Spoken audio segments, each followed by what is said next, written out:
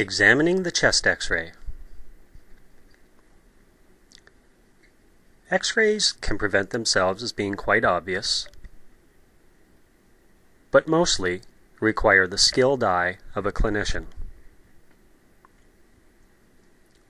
One must know the indications and limitations of an X-ray, as well as their usefulness in the clinical setting. In order to use the impact system at the St. John Regional Hospital, a username and password are required. You must log in using your own username and password, then be able to identify a patient, bring that patient up on the screen, and identify the components of the X-ray, which include but are not limited to the patient's name, the date, and the view that the X-ray is taken.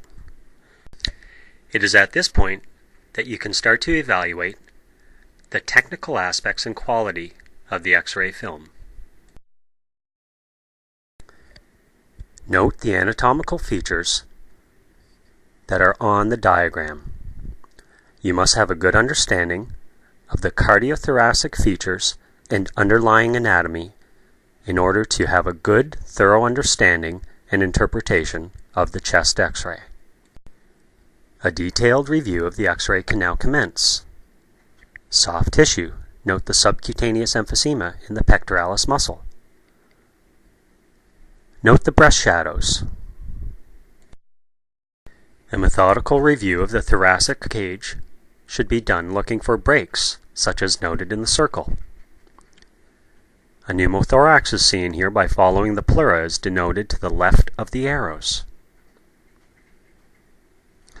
The costophrenic angle on the right is obliterated by a meniscus formed by a pleural effusion, whereas a mediastinal shift has occurred here due to significant left upper lobe atelectasis. Enlarged heart. Can you see the carina, as noted here in the circle? Has there been tracheal shift? This is a shift to the left caused by a pneumonectomy. Can you see the endotracheal tube? Note the carina and the endotracheal tube in this picture. Are air bronchograms present? Vascular markings or masses, as noted in the right upper lobe. The lungs themselves. Look at the overall picture of the lung and try to denote what's present in them. Lines. Here you see the tip of the pulmonary artery catheter. It's true that some bony people do have bad lungs. By incorporating the steps in this video, you should be able to give a detailed and technically accurate interpretation of a basic chest X-ray.